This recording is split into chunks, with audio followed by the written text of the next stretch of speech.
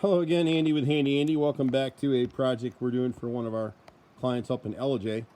We do a lot of vacation homes, Elijay, ball ground, everything north of and south of Atlanta for clients. And this is one of those projects where it's a beautiful property. It's just a lot of maintenance, and some of it, because it's been used as a rental, they just haven't done it. So you see, looking at these stairs, these were replaced in the last probably year right here. And because they air nailed it, if you look at the second to last step, they've split it. So we'll replace that one. The difference with us is whenever we're installing a board, we drill pilot holes and we screw it. You can see where, this railing's pretty tight because it's tied up here. But as we move down, you'll see the shakiness of the railing. And so we can actually pressure wash and clean this up and restain this deck, or the steps, all the way down to the bottom. And then probably next year, come back and maybe expand this deck down at the base. And if they'll allow it and they don't mind a slight change in the view, put a roof over it. And that way they'd have some dry below storage underneath and a more expensive area to barbecue, whatever they want to do down at that area. This is the board we're going to replace for right here. See the split in it? When you get down here, this is the older wood. And so you see this post right here? This one and the one to the right are both split, so we'll replace those with 4x4s. There's hardly a screw in this deck. All this stuff was air nailed. And here they split the post. You can see it a little bit on this side, but there's no way to tighten it up. The boys will have to add some blocking down below here. And each post should have 2 bolts. It's only got 1. And that's why it's so shaky in areas. At the base of every step, we're going to add a 2x6 all the way across to just support and strengthen each of these steps. You can come back in and add risers if you want to. It certainly helped because they miscut either the treads or the stringers here on the sides so that they couldn't fit 2x6 boards. They're just slapping this together very quickly. And so you can see at the edges, see the depth that it's sat in right here. It's just too much, and over time, everybody's stepping here, the wood will split, as you'll see as we go further down. Here we're pretty good, but on every one of these landings, see how rickety this railing is? I don't know if you can see how much it's moving, but when you have a landing like this, you got to double up the rim board on either side. And then you can secure everything. This post will sit really tight with 2 bolts in it. Most of these were pretty good, except for these last 3. Wherever you get close to the land, you can see the termite damage in here. So we'll replace these 3 or 4 treads right in this area on this particular landing. Same thing going down the stairs. What I didn't mention up here, I'm skipping around, it's starting to get dark. They used a 2x4 mid-span to support this. You can't do it. That's why it's so shaky. You'll see it down here. So we'll replace those with 4x4s pressure treated, bolted back to tighten it up. And you can see this is pretty shaky. You can see the lower landing is wobbling like crazy down there. I can't remember how many steps I enumerated on this next span of steps, but I think there's 7 or 8 in here that need to be replaced. And you can see someone's added some screws here and there. See the discoloration, see the different color right here. The problem with it is that they didn't drill any pilot holes, so they split the wood. But the repairs that we're talking about will tighten this up and certainly make it a lot safer for everybody. In this span here, same thing. As you get closer to the dirt back here, there's a few boards that need to be replaced. And again, at every base, we'd add another 2x6 here for support when you're stepping on this last tread. See how loose right here? You can actually see the post. See it wiggling? Same thing here. In order to secure these posts on these landings, each landing has to double up the rim board. When you get to this second to last set of steps, again, mid-span, we'll change those out to 4x4 posts. We've got a few steps to replace. It's not a lot. It's honestly not a lot. See how rickety this is? There's not a screw in the thing. When you get to this landing that leads to the actual deck area, it's the same thing. We've got to come back through here and double up the outside rim, add another post mid-span on either side, and that'll tighten this thing up. What you don't want to have anytime you got a rental like this, not only is it not meeting code, but someone's out here, they're having a few drinks, they come up here and they go to grab for this thing. I'm 240 pounds. If I grab in a lurch, I'm going to go right through here. There's nothing supporting this. See how it's flexing? It's nailed. There's not a screw in any of this stuff.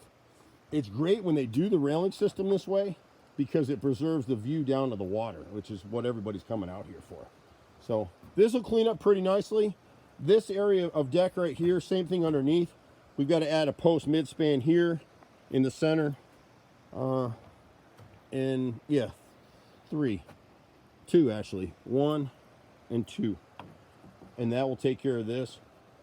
There's one board in here, I think it's this one right here, that we need to replace. The guys, once they pressure wash this thing, they may find a few more boards that I can't see in this light. We got up here towards the end of the day. We've been up here probably 4 or 5 months ago to take a cursory look, but it was the same thing. We got up here late in the day, but it's such a beautiful area. Same thing with this railing system down here. There's not a lot to this.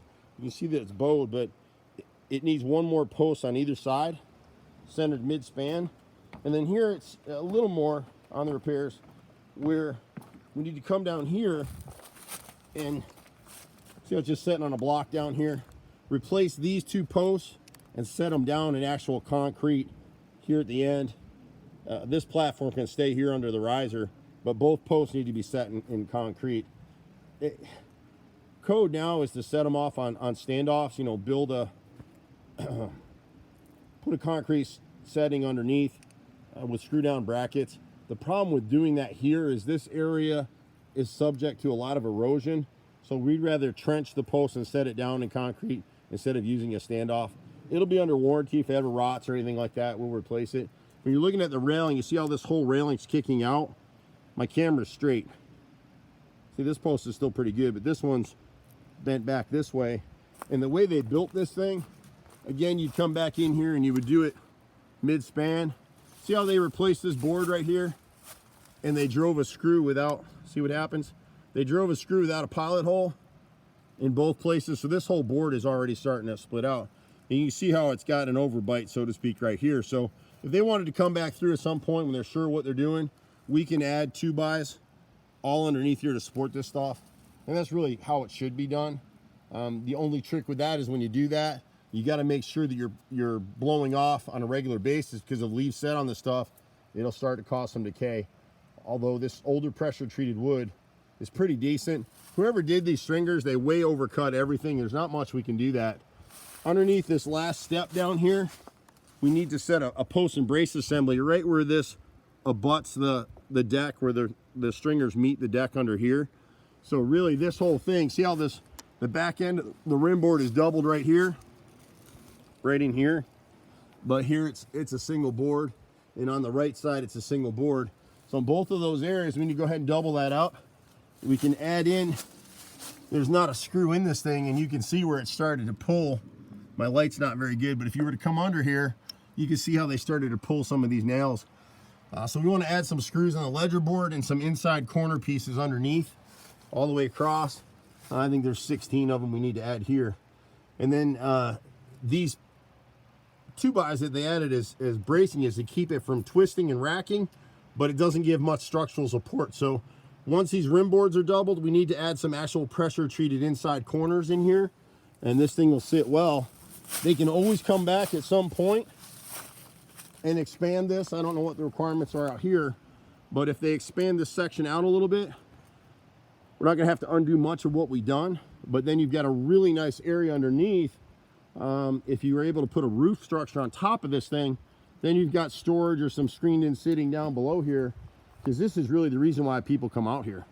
Just to be able to hear, not me talking, but the sound of the water going over the rocks. It's just so peaceful. It's a really beautiful setting. We do a ton of stuff like this, my brother and I.